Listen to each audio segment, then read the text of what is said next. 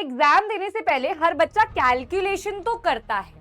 Calculation के हिसाब से 80 नंबर के एग्जाम में 5 नंबर का तो मैप हो गया, 20 नंबर के तो एमसीक्यू हो गए 25।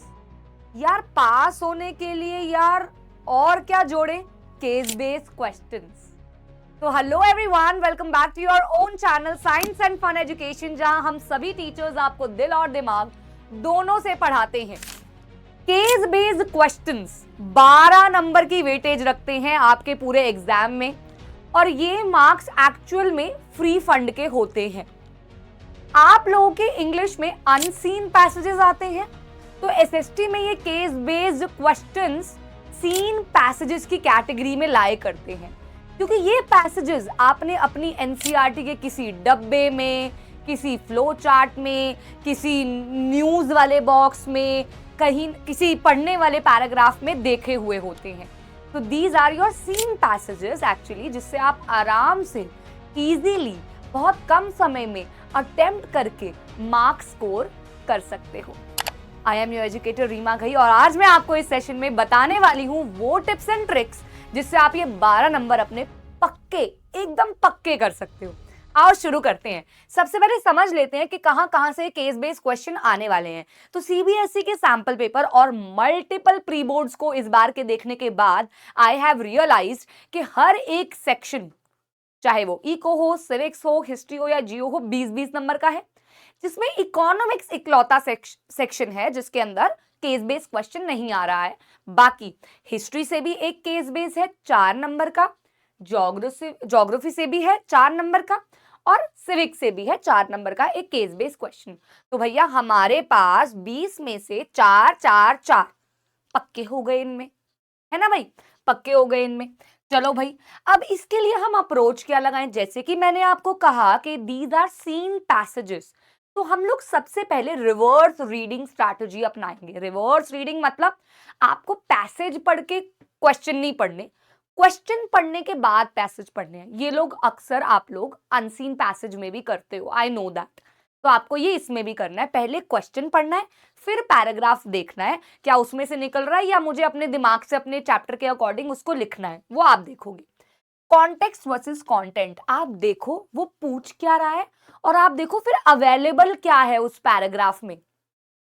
सपोज आपसे कुछ ऐसा सवाल पूछा जो पैराग्राफ में है ही नहीं, तो आप पहले देखो कंटेंट क्या है और क्वेश्चन का कॉन्टेक्स्ट क्या है, वो क्या पूछना चाह रहा है।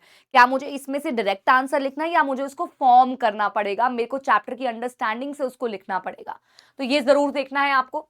उसके बाद आप कीवर्ड हाईलाइटिंग करो। ये तो मैं हमेशा, मतलब मैंने इंग्लिश में अनसीन पैसेज करते हुए बच्चों को भी देखा, मैं आपको ही बोलूंगी। आपको जब एक क्वेश्चन पढ़ा, आपने उसको अंडरलाइन कर लिया उसके आंसर से, अभी मैं आपको दिखाऊंगी कैसे। और उसके बाद आप आंसर राइटिंग स्टाइल पे फोकस करो। 1-1-2 नंबर का क्वेश्चन आ रहा है या कभी 1-2-1 का क्वेश्चन आ रहा है, तो आप उस अकॉर्डिंग 1-1 नंबर में तो 1-1 पॉइंट चलेगा, 2 नंबर में 2 पॉइंटर्स ही डालोगे आप। इसमें भी पॉइंटर्स ही डालने की कोशिश करोगे आप, ठीक है भाई, इसमें भी आप पॉइंटर्स डालने की कोशिश करोगे। तो मैंने इस बार क्या किया, अभी सीबीएसई के लेटेस्ट सैंपल पेपर के ही 3 केस बेस्ड क्वेश्चंस मैं लेके आई हूं, जिसको हम प्रैक्टिस करेंगे, और फिर इसी पीपीटी में मैं आपको लगा के दे रही हूं प्रैक्टिस करने के लिए 3 क्वेश्चंस। 3 क्वेश्चन मैं सॉल्व करा रही हूँ, 3 क्वेश्चन आपकी प्रैक्टिस के लिए इस पीपीटी में डाल रही हूँ, so that you can practice case based. बस इससे ज्यादा मेहनत करने की जरूरत नहीं पड़नी चाहिए। चलिए भैया, सबसे पहले आपके पास आया हुआ है print culture and the modern world. ये है प्रिंट कल्चर से, प्रिंट कल्चर चैप्टर से है ये। तो मैंने आपको क्या बताया, पहले रिवर्स रीडिंग स्ट्रैटेजी। हम पहले क्वेश्चन पढ़ेंगे। Explain the main reason for publishing newspapers by Krishna ji. भैया क्यों उन्होंने जो न्यूज़पेपर्स थे वो पब्लिश की, कृष्णा जी ने क्यों न्यूज़पेपर्स पब्लिश किए? तो बेसिकली आपने देखा यहाँ पे, आपने अगर यहाँ पे देखा हो, इसमें हाइलाइटर है, हाँ है, क्या इसमें कलर है, हाँ है। अगर आप देखो यहाँ पे, अगर आप देखो publish a newspaper with a view of giving useful information, देख रहे हैं आप लोग, on every topic in local interest, right. तो यहाँ पे उन्होंने क्यों पब्लिश किया, मेन रीजन क्या था, ताकि वो सिंपल लैंग्वेज में, आप इसको फॉर्म करेंगे, ताकि वो सिंपल लैंग्वेज में लोकल इंटरेस्ट के लिए पेपर्स बना सके, नॉलेज प्रोड्यूस और प्रोवाइड कर सके। सेकंड सवाल है, how was the task of native newspaper and political association seen identical to the role of the opposition. Question क्या कह रहा है, how was the task of native newspaper, जो और न्यूज़पेपर्स थे और जो पॉलिटिक्स में एसोसिएशंस बनी थी, वो कैसे, मतलब ये मीडिया क्या रोल प्ले करता है। तो इसके अंदर भी अगर आप देखें, हमने अभी यहाँ पे पढ़ा था कि इससे लोगों का, ये देखिए, ये देखिए डायरेक्टली हमको मिल गया है हाइलाइटर, थोड़ा सा लाइट कलर लेते हैं। हाँ, ये देखिए, अरे हाइलाइटर, हाँ हाँ, ये देखिए, आप देख रहे हैं यहाँ पे डायरेक्टली हमको मिल गया है, हमने हाईलाइट कर लिया है यहाँ पे, हमने हाईलाइट कर लिया यहाँ पे कि हमें यहाँ से आंसर मिलेगा। तो भैया task of native newspaper identical to the role of opposition, कैसे, दैट इज टू क्रिटिकल, ये देखिए, ताकि ये एग्जामाइन कर सके, इंप्रूवमेंट बता सके, एग्जैक्टली सेम ये पूरा आएगा इम्प्लीमेंटेशन तक।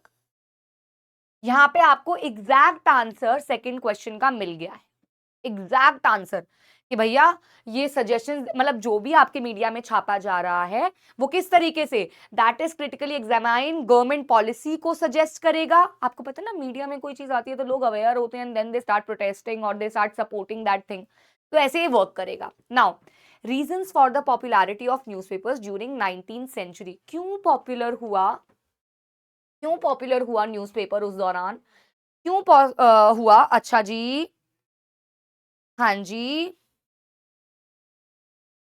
ओके। तो बेसिकली इसने लोगों को, अच्छा यहाँ पे हम बना के लिख सकते हैं, हाँ, these association ought to carefully study the particular issues, yes, इसमें हमें बना के लिखना है, इसमें हमें बना के लिखना है, देखिए पेन, हाँ जी, role of popularity of newspaper, क्यों पॉपुलर हो रहा है न्यूज़पेपर बेटा जी, क्योंकि ये लोगों को नॉलेज प्रोवाइड कर रहा है उस टाइम पे। कौन सी नॉलेज, आसपास की इर्द गिर्द की नॉलेज प्रोवाइड कर रहा है, आइडेंटिटी दे रहा है लोगों को, कुछ भी क्वेश्चन करने का हक दे रहा है, तो that's why it is becoming popular. Second question is a generic one, this one is a generic one from generally इन्होंने दिया ही आपका, कह रहे हैं मैन्युफैक्चरिंग इंडस्ट्रीज के बेसिस पे है ये। क्वेश्चन क्या कह रहा है, what do you think is global waste expected to increase by 2050, आपको क्या लग रहा है ग्लोबल वेस्ट कैसे इंक्रीज कर जाएगा बाय 2050। तो we all know that we are living in a country having more than 3.4 billion population. तो यहाँ पे अब अगर आप देखो तो पॉपुलेशन इंक्रीज की वजह से और इन्वायरमेंटल मैनेजमेंट में इनसफिशिएंसी की वजह से ग्लोबल वेस्ट बढ़ जाएगा, ग्लोबल वेस्ट बढ़ जाएगा। तो ये इसका आंसर हो गया 1 मार्क का। How do manufacturing industry cause pollution of different type, example से बताइए। अच्छा जी, ये देखिए, ये रहा, हाँ ये देखिए, air pollution, water pollution, hazardous chemicals waste like mercury, lead persistent to organic, ये देखिए, अगर आप ये पूरा का पूरा देखें तो यही बताया हुआ है। आपको याद है हमने ये पढ़ा है कि मैन्युफैक्चरिंग इंडस्ट्रीज पॉल्यूट करती हैं डिफरेंट डिफरेंट वेज में, डिफरेंट डिफरेंट एरियाज में अलग अलग तरीके के पॉल्यूशन फैलाती है। तो यहाँ पे भी आपको यही लिखना है कि भैया वाटर पॉल्यूशन कर रही है, कितने सारे डिग्रेडेड मटेरियल्स हैं जो इसके अंदर गिर रहे हैं, वो पॉल्यूट कर रहे हैं। Is it correct to consider pollution as a possible cause of worsening of the current global trends? बिल्कुल यार, ऑफ कोर्स। पॉल्यूशन, कलर अलग ले लेते हैं सो दैट थोड़ा सा वैरी करे। Pollution is the largest environmental cause of disease and premature deaths. It is estimated to be several times more deaths than AIDS, tuberculosis. हाँ देखिए ना, जनरली मेडिकल इश्यूज से ज्यादा इन्वायरमेंटल इश्यूज की वजह से डेथ्स हो रही हैं। तो यस, पॉल्यूशन एक ऐसा पैरामीटर है जिसने सिचुएशन को और वर्स किया है और गंदा किया है। तो अगर आप देखो तो इतना मुश्किल भी नहीं, कई कई देखिए आउट ऑफ 3 आई थिंक मुझे लगता है एक तो डिफिकल्ट आता है और कई कई सेट्स में तीनों भी डिफिकल्ट आ सकते हैं। इसीलिए आपकी चैप्टर की अंडरस्टैंडिंग बहुत इंपॉर्टेंट है, बहुत इंपॉर्टेंट है कि चैप्टर आपको समझ में आया हुआ। तो यहाँ पे आप थोड़ा सा बना के लिख सकते हैं। देन आपका बहुत ही स्ट्रेट फॉरवर्ड पावर शेयरिंग से केस बेस था, state any 2 demands of Tamil. तो मुझे तो यहाँ पे मुझे लग रहा है ये तो बिल्कुल ही नहीं पढ़ना है हमको कि तमिल्स की क्या डिमांड थी। तो हमें पता है कि तमिल्स की क्या डिमांड थी, वो तमिल इलाम चाहते थे और इनकी और इनकी एक तो वो तमिल इलाम चाहते थे कि इनको सेपरेट स्टेट मिल जाए, और दूसरा ये लोग इनकी भाषा को ऑफिशियल भाषा बनाना चाहते थे, है ना। ठीक है जी। State the results of majoritarian government in Sri Lanka. क्या रिजल्ट थे मेजोरिटेरियनिज्म की वजह से? Civil war. रिजल्ट क्या थे? सिविल वॉर थे, वो अलाइनेटेड फील करने लग गए थे। Two provisions of the Belgian model of power sharing. दो चीजें बता दीजिए Belgium model of power sharing. अगर आप यहाँ पे देखो, कहीं पे भी बेल्जियम मॉडल को एक्सप्लेन नहीं किया गया है, तो कई आपके ऐसे भी आएंगे, मैं आपको वही बता रही हूँ, कई आपके वहां हमें दोनों केस बेस में मिल गए, एक ऑड आता ही आता है। तो इसके लिए आपको चैप्टर पता होना चाहिए, जहां पे आप कोई भी प्रोविजंस लिख दीजिए, अकोमोडेशन का प्रोविजन लिख दीजिए कि उन लोगों ने अकोमोडेशन दी हुई थी ना, जिसके अंदर, या फिर आप लिख दीजिए more power to state government दे दी थी, याद है? चार थे ना इनके parameter, separate government, community government, more power to state government.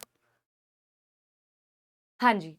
अब इसके बाद मैंने आपको कुछ प्रैक्टिस करने के लिए, अब आपकी बारी है, मैंने आपको समझा दिया कि इस तरीके से केस बेस को आपको स्ट्रैटेजी से अटेम्प्ट करना। अब आपकी बारी है, आप चाहें, देखिए वैसे ये पीपीटी आपको टेलीग्राम पे मिल जाएगी जस्ट आफ्टर दी सेशन। इसके बाद अगर आप चाहें, आप यहाँ पे मैंने लगा दिया, आप स्क्रीनशॉट ले लीजिए और आप अटेम्प्ट कर सकते हैं after just completion this one. ये एक नर्मदा बचाओ आंदोलन का पैराग्राफ है from your chapter water resources, and बहुत स्ट्रेट फॉरवर्ड से क्वेश्चन है कि डैम्स को टेम्पल ऑफ मॉडर्न इंडिया को कहते हैं, सरदार सरोवर डैम किस ऑब्जेक्टिव से बनाया गया था, ट्राइबल पेजेंट्स क्यों प्रोटेस्ट कर रहे थे, मुझे पढ़ना भी नहीं पड़ेगा ना, आई कैन आंसर। देन इसके बाद आपका ये जो क्वेश्चन है, ये है कौन से वाले से आया है ये भी प्रिंट कल्चर से है। अच्छा मैं आपको बताऊं, मतलब अगेन इतने डिफरेंट डिफरेंट सेट्स आते हैं अब यार, you all know Delhi region, ये रीजन वो रीजन, बट प्रिंट कल्चर का जनरली हमारे दिल्ली रीजन में तो केस बेस्ड आ रहा है सब्जेक्टिव से ज्यादा। एंड इसके बाद आया हुआ है फेडरलिज्म से, फेडरलिज्म पावर शेयरिंग से आ ही रहे हैं, फेडरलिज्म से, डिसेंट्रलाइजेशन वाले टॉपिक से आया हुआ है आपका ये क्वेश्चन। ये तीन आपको, अच्छा मैं हटी नहीं ना इस वाले में, ये लीजिए आप प्रैक्टिस कर सकते हैं स्क्रीनशॉट। मैं एक बार दोबारा पीछे जा रही हूँ योर टर्न से। Number 1 take screenshot, number practice question number 2, practice question number 3. That's it for the session. I hope you all are attending all your marathons that are going on our page, on our channel. हर एक marathon में कुछ ना कुछ ऐसा निकल जाता है भैया मुंह से जो आपके एग्जाम में जेरोक्स आ जाता है। मैं जेरोक्स कह रही हूँ, आप लोग बाद में रीले काट काट के डालोगे, अरे यार ये तो बोला था, अरे यार ये तो बोला था। I am telling you that, so you need to believe on your self first, then on me of course, क्योंकि ट्रस्ट से ही, you know, mutual trust is important, agreement to live together is very very important. So we are going to be the federal government this time, and we are going to trust each other, we are going to live with each other for these 4 days. I hope you all are learning अपने level पे, I hope you all are practicing question अपने level पे. We are meeting in marathons daily. Marathons को attend कीजिए, 80-20 rule को miss मत करना, दोस्तों के साथ इस सेशन को शेयर करना, एंड यस इन क्वेश्चंस को प्रैक्टिस जरूर कर लेना। इसके अलावा केस बेस पे ज्यादा ध्यान मत देना, वो हो जाएंगे सॉल्व। मैप वाला सेशन भी आएगा, तब तक मैराथन्स लेते रहो। See you all in the marathon, bye bye.